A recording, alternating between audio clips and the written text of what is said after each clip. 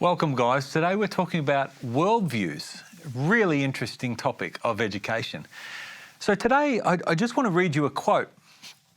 The true object of education is to restore the image of God in the soul.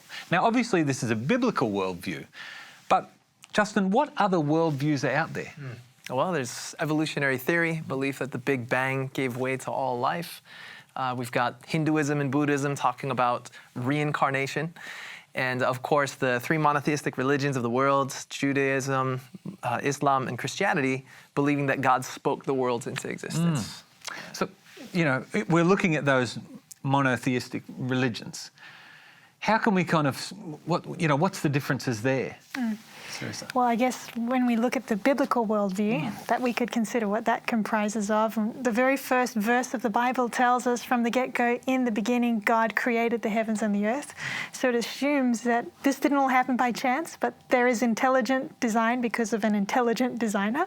And then there's other things in the Bible too. As we journey through it, the Bible tells us that God so loved the world, so we recognize this intelligent designer loves us. Tells us that Jesus, the Son of God, he became man, God in human flesh, and he died for us.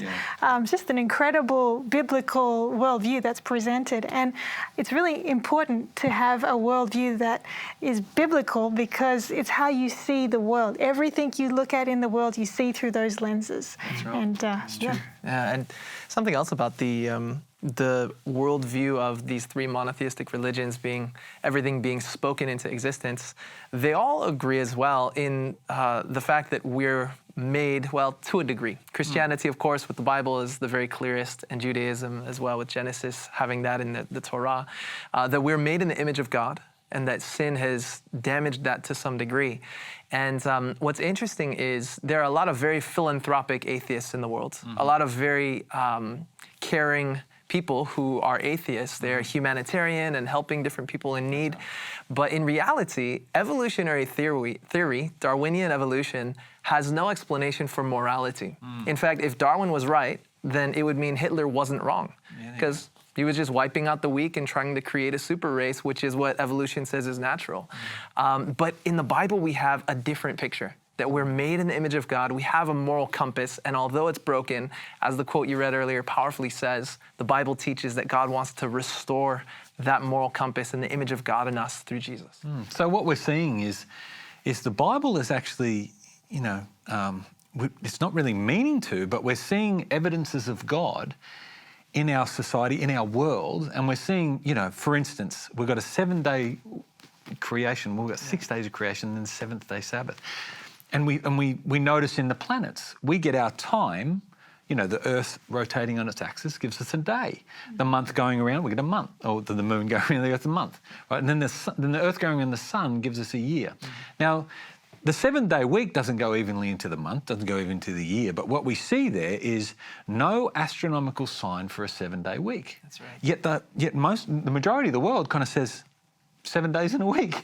And it's just evidence there that what the Bible's talking about now is kind of true. And that's right, because the Bible tells us, the biblical worldview says that God creates the world in 6 literal days, and then on the 7th day, he rests it.